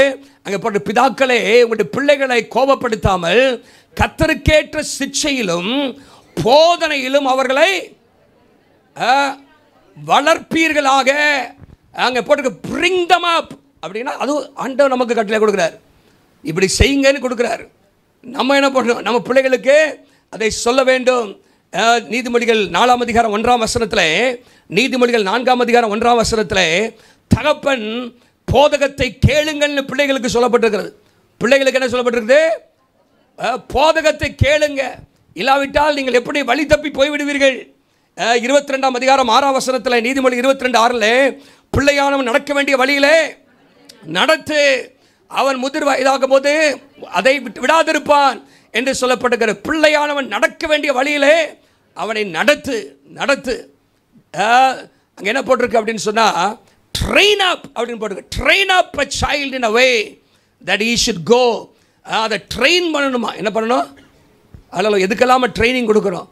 வசனத்தில் ட்ரைனிங் கொடுக்கணும். ஹலோயா, சத்தியம் இது, இதான் கரெக்டு, இதான் சத்தியம், இதான் நியாயம், இதுதான் நீதி, இதுதான் சரியான பாதை என்பதை சொல்லிக் கொடுக்க வேண்டும். பாருங்கள், சில இடத்துல நிறைய நல்ல தகப்பன்மார் கூட பிள்ளைகள் என்ன பண்ணிடுறாங்க? வழி தப்பி போயிடுறாங்க. பைபிளில் நிறைய பார்க்குறோம். நீங்கள் அந்த லிஸ்ட்டில் பார்த்தீங்கன்னா மத்திய 1ஆம் அதிகாரத்தில் இவங்களை பெற்றான்னு இருக்கும். சில நல்ல தகப்பன்மார் இருப்பாங்க, பிள்ளைகள் பார்த்தீங்கன்னா என்ன இருக்கும்? ரொம்ப மோசமான சோரமான பிள்ளைகளாக இருக்கிறதெல்லாம் பார்க்குறோம். நீங்கள் விசேஷமாக நீங்கள் பார்த்தீங்கன்னா சாமுவேலுடைய வாழ்க்கை, சாமுவேல் ஒரு நல்ல தேவ மனுஷன், அப்படி தானே? நல்லா ஜெபிக்கிறவர். சாமுவேல் என்ன பண்ணவர்? நல்ல ஒரு தீர்க்கதரிசி, ராஜாவாக அபிஷேகம் பண்ணப்பட்டவர், கர்த்தருக்குள்ளாக வளர்ந்தவர், நல்ல கர்த்தருடைய வார்த்தையும் கர்த்தருடைய சத்தத்தையும் கேட்கிற ஒரு நல்ல மனுஷன் தான் யார்? சிறு வயதிலிருந்தே கர்த்தருடைய சத்தத்தை கேட்டு கேட்டு வளர்ந்த ஒரு மனுஷன் தான் சாமுவேல். ஆனால் சாமுவேலுடைய பிள்ளைகளை பார்த்தீங்கன்னா 1 சாமுவேல் 8ஆம் அதிகாரம் 3ஆம் வசனத்தில் போட்டிருக்கு. அவர்கள் சாமுவேலுடைய பிள்ளைகள் பேர் யாருக்கு தெரியுமா? சாமுவேலுடைய பிள்ளைகள் பேர் தெரியாதா? அப்போ சொல்லுங்கள், பார்த்துட்டீங்க. 3ஆம் அதிகாரம் வசனம் சொன்னனால பார்த்து 2 பேர் இருக்காங்க. அங்கே போட்டிருக்கு, முந்தின அங்கே போட்டிருக்கு ஜோயல் அண்ட் அபிஜா, யோவேல் அபியா என்று 2 பிள்ளைகள் அவருக்கு இருந்தார்கள். அவங்களை குறித்து சொல், அவர்கள் அவன் யார்? சாமுவேலின் வழியில் நடவாமல் பொருளாசைக்கு சாய்ந்து பரிதானம் வாங்கி நியாயத்தை என்ன பண்ணாங்க? புரட்டினார்கள் என்று சொல்லப்பட்டிருக்கிறது. பாருங்கள், இவர்கள் இப்படி தான் செய்திருக்கிறார்கள். ஆனால் நீங்கள் பின்னாடி சரித்திரத்தில் நாளாகமத்தின் புத்தகத்தில் நீங்கள் வாசிக்கும் பொழுது கர்த்தர் இவருடைய வாழ்க்கையில் மாற்றத்தை ஏற்படுத்தியிருக்கிறார். சில நேரத்தில் வழி தப்பி போயிடுறாங்க, வழி தப்பி என்ன பண்ணிடுறாங்க? போயிடுறாங்க. ஆனால் நம்முடைய வாழ்க்கையை பார்ப்பாங்க. அல்லேலூயா, பின்னாடி திருந்தி வருவாங்க. ஏன்னா அவங்களுக்கு நம்மளை என்ன பண்ண முடியாது? கட்டாயப்படுத்த முடியாது சில காரியங்களில். ஆனால் நம்ம கட்டளையிட வேண்டியது நம்முடைய பொறுப்பு, கிரியை செய்ய வேண்டியது கர்த்தருடைய பொறுப்பு. அல்லேலூயா, ஆண்டவர் கிரியை செய்வார். சில இடத்துல போனாலும் நம்ம சொன்ன வசனங்கள் நிச்சயமாக வாழ்க்கையில் கிரியை செய்யும். நம்ம கற்றுக் கொடுத்த வார்த்தைகள் எல்லாம் அவருடைய வாழ்க்கையில் என்ன செய்யும்? கிரியை செய்யும். நம்ம வாழ்ந்துட்டு கற்றுக் கொடுக்கணும். என்ன செய்யணும்? வாழ்ந்துட்டு கற்றுக் கொடுக்கணும். ஒரு முறை ஒரு இடத்துல ஒரு அப்பா பிள்ளையை பார்த்து சொன்னாராம், ஏய் என்னது சர்ச்சிலேருந்து அந்த அந்த அந்த அந்த அந்த பஸ்ஸெல்லாம் விடுவாங்களா அந்த டைமில், அந்த அந்த விசுவாசிகளுக்கு பிள்ளைகளை பிக்கப் பண்ணிட்டு வர்றதுக்கு. அப்போ அப்பா சொன்னாரா, ஏய் பஸ் வந்துருச்சு, சண்டே கிளாஸுக்கு கிளம்பு, சண்டே கிளாஸுக்கு கிளம்பு அப்படின்னு. பையன் கிளம்பவே இல்லையா. ஏய் பஸ் வந்துருச்சுடா, நிற்குதுடா, சண்டே கிளாஸுக்கு போடா அப்படின்னு. அப்போ அவன் கேட்டானா, நான் போக மாட்டேன் அப்படின்னானா. போடா, சண்டே கிளாஸுக்கு போடா, பஸ் வந்துருச்சு, நாங்கள் பின்னாடி நாங்கள் வந்துடுவான்னு. அவன் சொன்னாரா, நீங்கள் சண்டே கிளாஸுக்கு போனீங்களா அப்படின்னானா. நீங்கள் அவர் சொன்னானா, நான் போனேன் அப்படின்னானா. என்னது? நான் சண்டே கிளாஸுக்கு போனேன். அப்போ அவன் சொன்னானா, அப்போது சண்டே கிளாஸில் ஒரு பிரயோஜனமே இல்லை அப்படின்ட்டான். ஒரு பிரயோஜனமே. அப்போ என்னன்னா, அவன் கற்றுக் கொடுத்த ஒன்றுமே வாழ்க்கையில், அப்போ நான் இதுக்கு போனேன் அப்படின்னா. பாருங்கள், என்ன சொல்ல வரேன்னா, நம்ம முதல்ல வாழ்க்கையில் கடைபிடிக்கணும். அல்லேலூயா, நீ சர்ச்சுக்கு போய் என்ன புண்ணியம் அப்படின்னு பிள்ளை கேட்கக்கூடாது. நீ சண்டே கிளாஸுக்கு போய் என்ன புண்ணியம்னு நம்மளை பார்த்து என்ன பண்ணக்கூடாது? கேட்கக்கூடாது. நம்ம வாழ்க்கையை பார்க்குறாங்க. ஆக அது மாத்திரமில்லை, ஒரு பக்கம் அப்படி இருந்தாலும் நம்ம சண்டே ஸ்கூலுக்கு சர்ச்சுக்கு அனுப்புறதுனால வீட்டில் நம்ம எப்படி இருக்கிறோம்? அல்லேலூயா, வீட்டில் எப்படி இருக்கிறோம்? வீட்டில் நம்ம என்ன செய்கிறோம்? வீட்டில் ஜெபிக்கிறோமா? வேதத்தை வாசிக்கிறோமா? சத்தியத்துக்கு ஆதாரமாக நடக்கிறோமா? பரிசுத்தமாக இருக்கிறோமா? நம்முடைய அம்மாவை, பிள்ளைகளுடைய அம்மாவாகிய நம்முடைய மனைவியை நேசிக்கிறோமா? நம்ம குடும்பத்தை சரியாக நடத்துகிறோமா என்பதை அவர்கள் கவனிக்கிறார்கள். பாருங்க, சில தவறான உதாரணங்களும் பைபிள் இருக்குது. 1 சாமுவேல் 3ஆம் அதிகாரம் 13ஆம் வசனத்தில் ஏலி ஒரு ஆசாரியன். ஏலியை குறித்து வேதம் சொல்கிறது, அவன் குமாரர் தங்கள் மேல் சாபத்தை வரப்பண்ணுகிறதை அவன் அறிந்திருந்தும், ஏலி பல ஆண்டுகளாக ஆசாரியனாக இருந்தவர், தங்கள் பிள்ளைகள் செய்கிற தவறாய் பார்த்து கொண்டிருந்தோம், சாபம் அவர்கள் மேல் வருகிறதை அறிந்திருந்தும் அவர்களை அடக்காமல் போன பாவத்தை நிமித்தம் போட்டிருக்கு. என்ன செய்யலாம்? அவர்களை அடக்காமல் போன பாவத்தை நிமித்தம் he failed to restrain them அப்படின்னு போட்டிருக்கு. 1 ராஜாக்கள் 1:6 தாவீதை குறித்து தான் சொல்லப்பட்டிருக்கிறது. அவனுடைய தகப்பன் நீ இப்படி செய்வானேன் என்று ஒரு காலம் அவனை கடிந்து கொள்வதில்லை. அதோனியா தன்னுடைய மகன் செய்கிற காரியத்தை பார்த்து, ஏன்பா இப்படி செய்கிற, தப்பல்லவா? 2 ராஜாக்கள் நினைக்கிறேன் பாருங்க. 2 ராஜாக்கள் இல்லை 1 ராஜாக்கள் தானே, 1 ராஜாக்கள் 1ஆம் அதிகாரத்தில் இருக்குது. நீ இப்படி செய்வானேன் 6ஆம் வசனத்தில் என்று ஒரு காலம் அவனை ஒரு காலம் கடிந்து கொள்ளலையா? ஒரு கா சொல்லிட்டு எப்பா சொன்னேன் கேட்க மாட்டேங்கிற அப்படின்னு அவன் பார்த்துக்குவான், திருந்தி வருவான் அப்படின்னு சொல்லி வரதில்லை, கடிந்து கொள்ள அவன் என்று பார்க்கிறோம். பின்னாடி என்ன நடந்தது? அந்த அப்சலோம் மாத்திரமல்ல, அதோனியா அவருடைய வாழ்க்கையில் நடந்த காரியங்கள் மிகவும் மோசமானது, மரித்து போனார்கள் என்று சொல்லி நம்ம பார்க்கிறோம். இப்படி சொல்றாங்க, children love their mother but follow their father. பிள்ளைகள் அம்மாவை ரொம்ப நேசிப்பாங்களாம், ஆனால் அப்பாவை தான் பின்பற்றுவாங்களாம். என்ன பண்ணுவாங்க? அப்பாவை தான் என்ன பண்ணுவாங்களாம்? children love their mother but follow. யாரை பின்பற்றுவாங்க? அப்பாவை தான் அதிகமாக பின்பற்றுவார்கள் என்று ஒரு ஆராய்ச்சி சொல்லி நம்ம பார்க்குறோம்.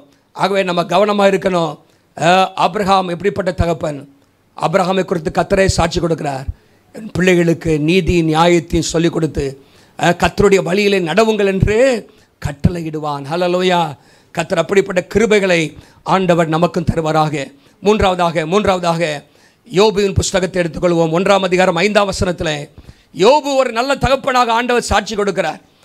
1ஆம் அதிகாரம் 1ஆம் வசனம் சொல்கிறது, யோபுவை குறித்து என்ன சொல்கிறது? ஊத் தேசத்திலே யோபு என்னும் பேர் கொண்ட ஒரு மனுஷன் இருந்தான். அந்த மனுஷன் உத்தமனும் சன்மார்க்கனும் தேவனுக்கு பயந்து பொல்லாப்புக்கு விலகிறவருமாயிருந்தான் என்று பல காரியங்களை சொல்லப்பட்டிருக்கிறது. 7 குமாரர்கள் 3 குமாரத்திகள். யோபுக்கு எத்தனை பிள்ளைங்க? 10 பிள்ளைகள். நல்ல ஐஸ்வர்யவான் தான். ஆனால் ஆண்டவருடைய கவனத்தை இந்த யோபு ஈர்த்தார். ஏன்னா அவருக்கு நிறையா சொத்து இருக்கனால, எப்பா உனக்கு 3000 ஒட்டகம் இருக்குது, இவ்வளோ இருக்குது அப்படின்னு சொல்லி அவன் மேலே பிரியமாக இல்லை ஆண்டவர். It was not is riches that got the attention of God. ஆனால் அவனுடைய வாழ்க்கையில் முதல் வசனத்திலையும் 5ஆம் வசனத்திலையும் சொல்லப்பட்டபடி அவன் உத்தமன், நீதிமான், தேவனுக்கு பயந்து பொல்லாப்புக்கு விலகுகிறவன். 5ஆம் வசனத்தில் போட்டிருக்கு, யோபு தன் பிள்ளைகளுக்காக ஜெபிக்கிறவனாக இருந்தார். ஹல்லேலூயா! தன் பிள்ளைகளுக்காக ஜெபித்த தகப்பன் யோபு. எப்படி ஜெபம் பண்ணார்னா, அங்கே போட்டுருக்கு பாருங்க, ஒருவேளை என் குமாரர் பாவம் செய்து தேவனை தங்கள் இருதயத்தில் தூஷிப்பார்கள் என்று சொல்லி அவர்களை அழைத்தனுப்பி பரிசுத்தப்படுத்தி அதிகாலமே எழுந்து அவர்கள் எல்லாருடைய இலக்கத்தின்படியும் சர்வாங்க தகன பலிகளை செலுத்துவான். இந்த பிரகாரமாக அந்நாட்களிலெல்லாம் செய்து வருவான். It was Job's regular custom. அதை தொடர்ந்து செய்து கொண்டிருந்தார். பாருங்க என்ன போட்டிருக்கு அப்படின்னா, ஒருவேளை என் பிள்ளைகள் பாவம் செஞ்சிருப்பாங்களோ, என் பிள்ளைகள் பாவம் செய்திடக்கூடாது என்று என்ன பண்ணா, அவன் ஜெபித்து கொண்டிருந்தான். என் கெட்ட செய்தி வந்தப்புறம் இல்லை, யாராவது வந்து நம்மள்ட்ட சொல்லி, உன் பிள்ளையை கவனித்து வை, உன் பிள்ளையை கொஞ்சம் கண்டித்து வை, இப்படிலாம் நடக்கிறான் அப்படின்னு செய்தி வர்றதுக்கு முன்னாக என் பிள்ளை ஏதாவது தப்பு பண்ணிடக்கூடாது ஆண்டவரே அப்படின்னு சொல்லி என்ன பண்ணாரா, அவர் ஜெபித்தார், பாரத்தோடு ஜெபித்தார். It was Job's burden and prayer. தன்னுடைய பிள்ளைகள் கர்த்தரை மகிமைப்படுத்தணும், தன்னுடைய பிள்ளைகள் கர்த்தருக்கு சாட்சியாக கவனத்தோடு வாழ வேண்டும் என்கிற அந்த பாரத்தோடு கூட பிள்ளைகளுக்காக ஜெபித்ததை நம்ம பார்க்கிறோம். இப்படி பிள்ளைகளுக்காக ஜெபிக்கணும். ஒரு ஆள் சொல்லுங்க பார்க்கலாம். பிள்ளைகளுக்காக நம்ம செய்கிற பெரிய ஒரு கிஃப்ட் நான் அவங்களுக்காக ஜெபம் பண்ணுறது. ஹல்லேலூயா! ஜெபிக்க வேண்டும். Our children will never outgrow our prayers. They need our prayer always. நம்ம பிள்ளைகளுக்கு நம்ம ஜெபம் தேவையில்லை அப்படிங்கிற ஒரு நாள் வராது. டெய்லி அவங்களுக்கு ஜெபம் தேவை. ஹல்லேலூயா. They will never outgrow our prayer. They always need our prayers. நம்முடைய ஜெபம் அவர்களுக்கு கண்டிப்பாக தேவை. இந்த இடத்துல பார்த்தீங்கன்னா யோபுடைய பிள்ளைகள்லாம் வளர்ந்த பிள்ளைகள், முதிர்ச்சி அடைந்த பிள்ளைகள். ஆனால் அந்த பிள்ளைகள் எப்படியாகிலும் பரிசுத்தமாக வாழ வேண்டும் என்று ஜெபமிக்கிட்டே இருந்தார். ஹல்லேலூயா. பெற்றோருடைய பெரிய பொறுப்பு என்னன்னா, பிள்ளைகளுக்காக, பிள்ளைகளுடைய பரிசுத்த வாழ்க்கைக்காக, பிள்ளைகள் சத்தியத்தில் நடக்க வேண்டும், பிள்ளைகள் உண்மையாக இருக்க வேண்டும், பிள்ளைகள் தேவனுக்கு மகிமையாக வாழ வேண்டும், ஆண்டவருக்கு கனத்தை கொடுக்க வேண்டும் என்று ஜெபிக்க வேண்டும். இது தகப்பனுக்கு மாத்திரமல்ல, தாயும் பெற்றோர்களாக செய்ய வேண்டிய ஒரு காரியம் என்று சொல்லி நம்ம பார்க்கிறோம். நம்முடைய பிள்ளைகளுக்காக நம்ம ஜெபிக்கும் போது அவருடைய சந்ததிகளை கர்த்தர் ஆசீர்வதிப்பார். நீங்கள் எல்லாருக்கும் தெரியும், நீங்கள் பல கேள்விப்பட்டிருக்கலாம், 1700களில் 2 குடும்பத்தை, 2 பேருடைய சந்ததியை, அவருடைய ஜெனரேஷனை, அவருடைய டிசெண்டன்ஸை ஆராய்ச்சி பண்ணாங்களாம். ஒருத்தர் பேர் ஜானத்தன் எட்வர்ட்ஸ். ஒருத்தர் பேர் என்ன? Jonathan Edwards. அவர் பயங்கரமான ஆண்டவருக்காக செயல்பட்ட ஒரு தேவ மனுஷன். இன்னொருத்தர் பேர் மேக்ஸ் ஜூக்ஸ். சொல்லுங்க, மேக்ஸ் ஜூக்ஸ். ஜூஸ் இல்லை, ஜூக்ஸ். என்னது? மேக்ஸ் ஜூக்ஸ் அப்படிங்கிற 2 பேர். இந்த மேக்ஸ் ஜூக்ஸை பார்த்தீங்கன்னா அவன் ஒரு நாத்தியன், கடவுளை நம்பாதவன். அவன் ஒரு பெண்ணை திருமணம் செய்து அவன் வாழ ஆரம்பித்தான். அவருடைய வாழ்க்கையில் கொள்கை கிடையாது, சரியான வழியிலே போவது கிடையாது. அவருடைய வாழ்க்கை ஒரு கெட்ட வாழ்க்கையாக இருந்தது.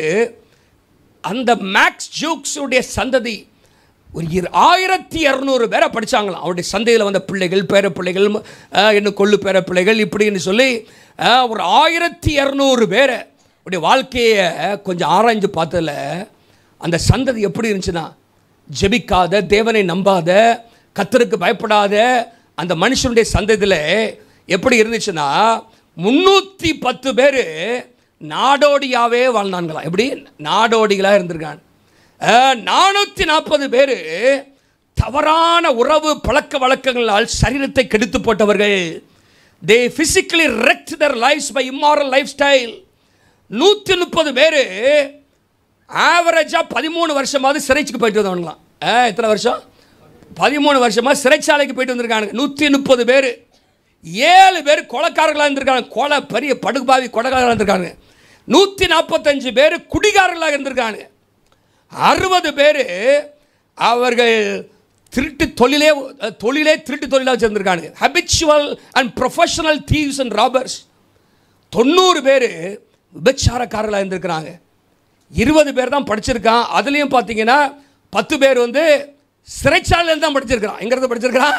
ஜெயிலில் இருந்து தான் படிச்சிருக்கிறான். இப்படி அவன் வாழ்க்கையின் சந்ததி பார்த்தீங்கன்னா இப்படி போச்சு. கர்த்தருக்கு பயப்படாத ஒரு சந்ததி. ஆனால் ஜானத்தன் எட்வர்ட்ஸ் அவருடைய வாழ்க்கையை நீங்கள் பார்த்தீங்கன்னா, போடல அந்த படத்தை, அந்த ஸ்டாட்டிஸ்டிக்ஸு நீங்கள் பார்த்தீங்கன்னா, ஜானத்தன் எட்வர்ட்ஸ் அவருடைய லைஃப் இந்த பக்கம் போட்டிருக்கு பாருங்க, இந்த சைடில் ஜானத்தன் எட்வர்ட்ஸ் அவருடைய சந்ததியில் 1394 பேரை அவங்க ஆராய்ச்சி பண்ணாங்களாம். அவங்களுடைய சந்ததியில் அவருக்கு ஆக்சுவலாக 3 பிள்ளைகள், 11 பிள்ளைகள், 3 மகன், 8 மகள்கள் இருந்தார்களாம். ஒரு நல்ல ஒரு தேவ மனுஷனாக அவர் திருமணம் செய்த நாளிலே மனைவியோடு கை கோர்த்து, ஆண்டவரே எங்களுடைய திருமண வாழ்க்கையை ஆசீர்வதியும், நாங்கள் சாட்சியாக ஜீவிக்க வேண்டும் என்று சொல்லி நல்ல தீர்மானத்தோடு அவர்கள் குடும்பத்தை ஆரம்பித்தார்கள். 3 மகன், 8 மகள்களை ஆண்டவர் கொடுத்தார், 11 பிள்ளைகளை கொடுத்தார். அந்த 11 பிள்ளைக்காகவும் டெய்லி ஜெபம் வரான். ஹல்லேலூயா. இப்படி சொல்லப்பட்டிருக்கிறது. அவர் அதிகமாக பிஸியாக இருந்தாலும் கூட he was also a very devoted husband and father. Daily 1 மணி நேரம் தன் பிள்ளைகளுக்காக, அவருடைய சந்ததிக்காக, அவருடைய வாழ்க்கைக்காக அவர் ஜெபம் பண்ணுவாராம்.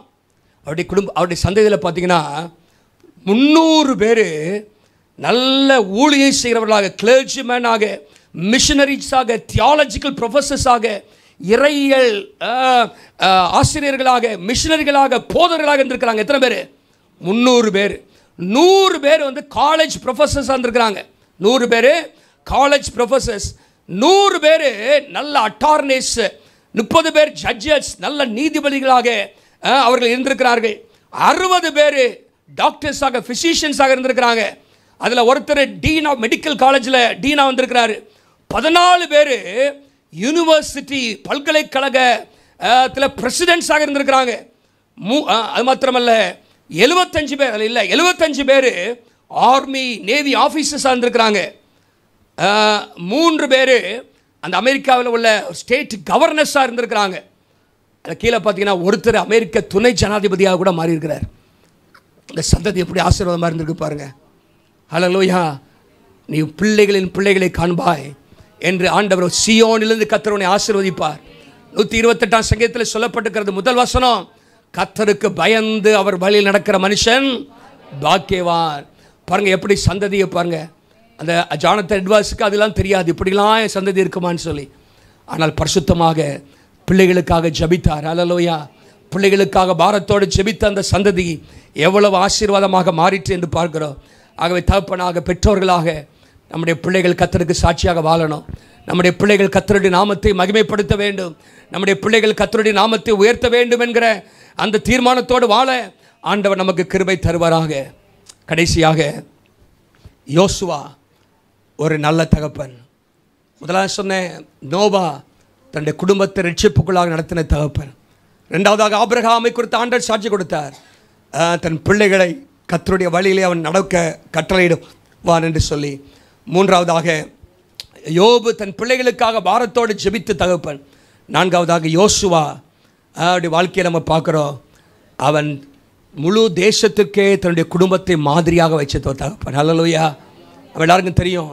அன்றைக்கி வீட்டில் இந்த இந்த போர்டு போட்டிருப்பீங்க, 24:15. யோசுவா 24:15 என்ன? நானும் என் வீட்டாருமோ என்றால் கர்த்தரையே சேவிப்போம். பல நூற்றாண்டுகளுக்கு முன்பாக ஒரு மனிதன் அதை சொன்னான். என்ன சொன்னார்? வாசிங்க 14:15 வாசிங்க. 24:14-15 வாசிங்க. மைக்கிலியா நான் வாசிக்கிறேன். யோசுவா 24ஆம் அதிகாரம் 14-15. ஆகையால் நீங்கள் கர்த்தருக்கு பயந்து அவரை உத்தமமும் உண்மையுமாய் சேவித்து உங்கள் பிதாக்கள் நதிக்கு அப்புறத்திலும் எகிப்திலும் சேவித்த தேவர்களை அகற்றிவிட்டு கர்த்தரை சேவியுங்கள். 15 வசனம், கர்த்தரை சேவிக்கிறது உங்கள் பார்வைக்கு ஆகாது என்று கண்டால் பின்ன யாரை சேவிப்பீர்கள் என்று இன்றைக்கு தெரிந்து கொள்ளுங்கள். நதிக்கு அப்புறத்தில் உங்கள் பிதாக்கள் சேவித்த தேவர்களை சேவிப்பீர்களா? நீங்கள் வாசம் பண்ணுகிற தேசத்து குடிகளாகிய எமோரியன் தேவர்களை சேவிப்பீர்களா? நானும் என் வீட்டாரும் கர்த்தரையே சேவிப்போம். ஹல்லேலூயா. பாருங்க, இப்போ யாரை பார்த்து சொல்கிறாருன்னா முழு தேசத்தையும் மக்கள் எல்லா தலைவர்களையும் கூட்டி. It's a farewell address of Joshua. 23ஆம் அதிகாரத்தில் நீங்கள் வாசித்தீங்கன்னா இப்போ அவர்கள் யோசுவாவின் தலைமையின் கீழே மோசே மரித்த பிற்பாடு கானான் தேசத்துக்குள்ளாக பிரவேசித்து எல்லா ராஜாக்களையும் மேற்கொண்டு பட்டணங்களை பிடித்து கானான் தேசத்தை சுதந்திரித்தார்கள். அல்லேலூயா.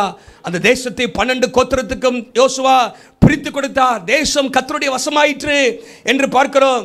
அங்கே 23:1 சொல்லப்பட்டிருக்கிறது, சத்துருக்கள் இல்லாலும் யுத்தம் இல்லாதபடிக்கு இளைப்பாற பண்ணினார் ஆண்டவர்.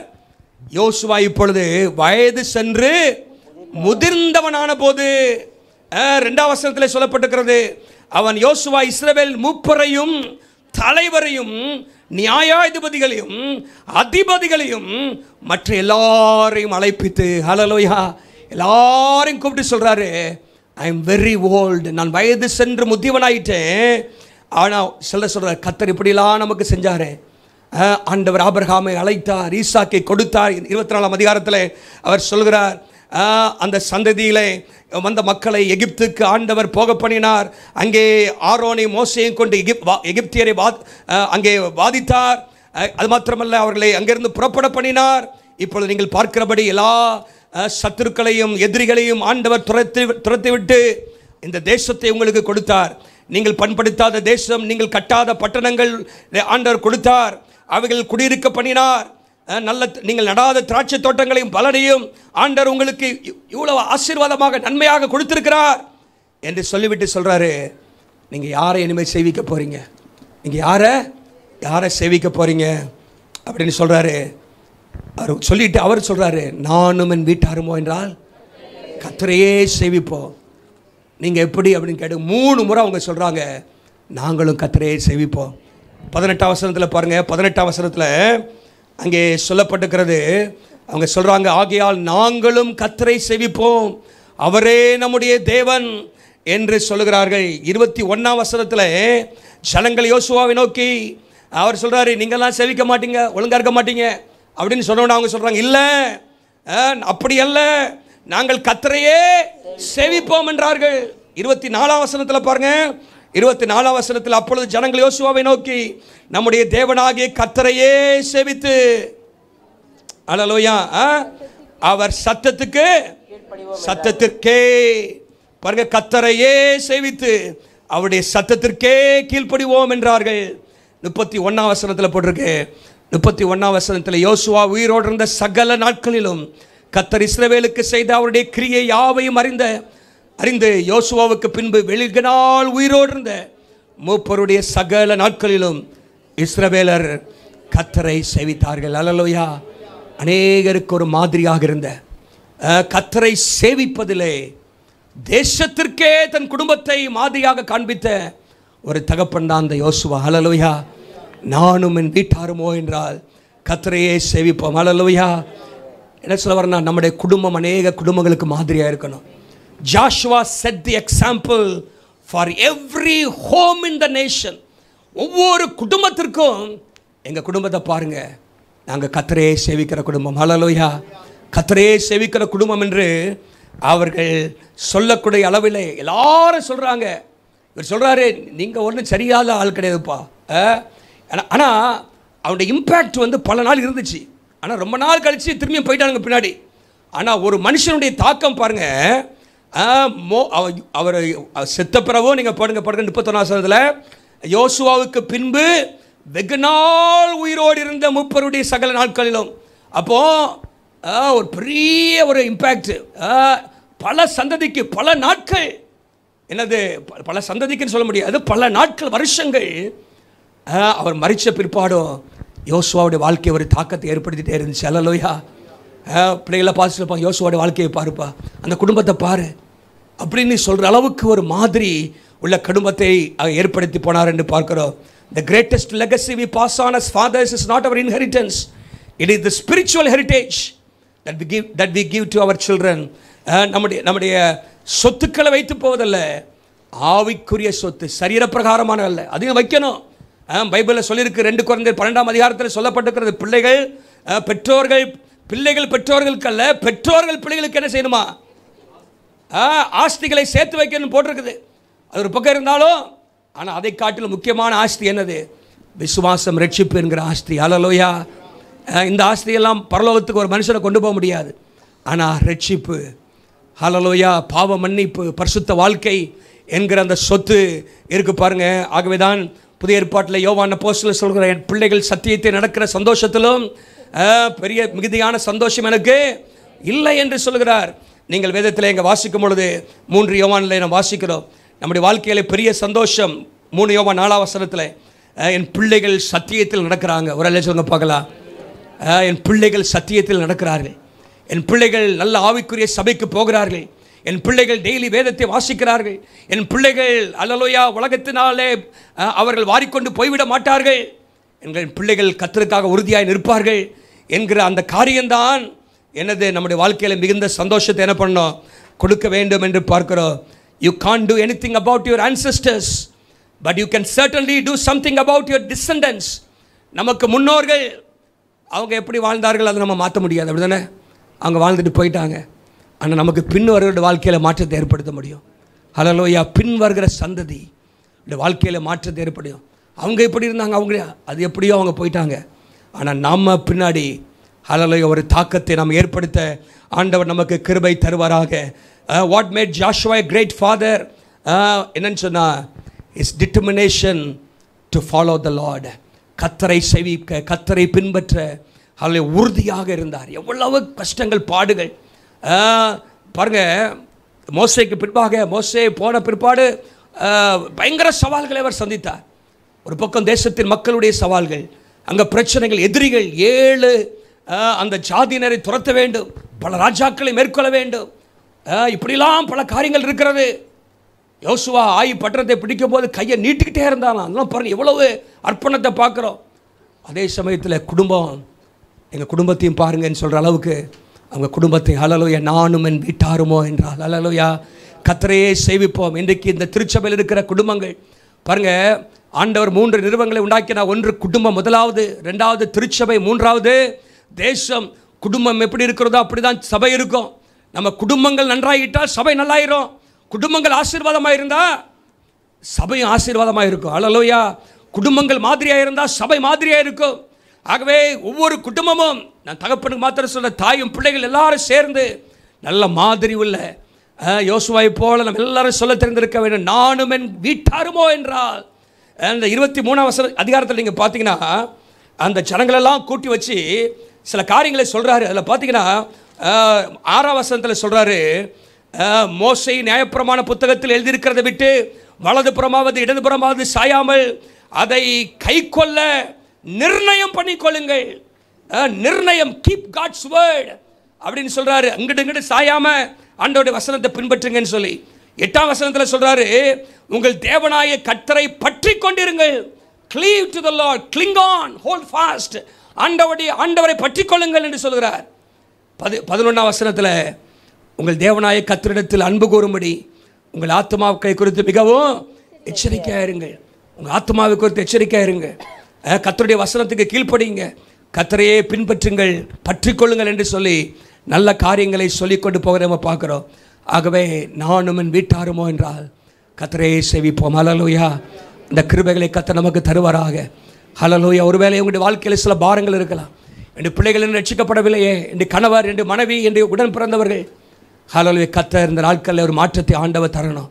இந்த உலகம் பொல்லாத உலகம், பொல்லாத சூழலில் போய்கொண்டிருக்கிறது. என்றைக்கு யாருக்கு என்ன நடக்குமோ என்று தெரியாது. ஹல்லேலூயா. பல செய்திகள் நம்ம கேட்குறோம், மரண செய்திகளை கேட்குறோம், விபத்துக்கள், ஆபத்துக்கள் நம்ம சுற்றிலும் நெருங்கி கொண்டிருக்கிறது, யுத்தங்களின் செய்திகள். ஹல்லேலூயா. இன்றைக்கி பார்த்தீங்கன்னா இஸ்ரேலில் பயங்கரமான தாக்குதல். ஒவ்வொருத்தரும் போய் பதுங்களில் ஒளிஞ்சிட்டு இருக்கிறான். அந்த அலாம் சவுண்டு கேட்டுகிட்டே இருக்குதான். இஸ்ரேல் வடக்குலேருந்து தெற்கு பகுதி வரைக்கும் இன்றைக்கி பயங்கரமாக சத்தம் கேட்டுக்கொண்டிருக்கிறதா. பாருங்கள், மரணம், யுத்தங்கள் கேட்டுக்கொண்டிருக்கிற. இயேசு சீக்கிரமாக வரப்போகிறார். ஹல்லேலூயா. நம்ம எல்லாரும் பேழைக்குள்ளே வந்துடணும். ஒரு சொல்லுங்க பார்க்கலாம். எல்லாரும் பேழைக்குள்ளே வரணும். அதுக்காக கண்ணீரோடு ஜெபிக்க ஆண்டவர் கிருபை தருவாராக. நம்ம எல்லாரும் எளிமையில் இருக்க போகிறோம்.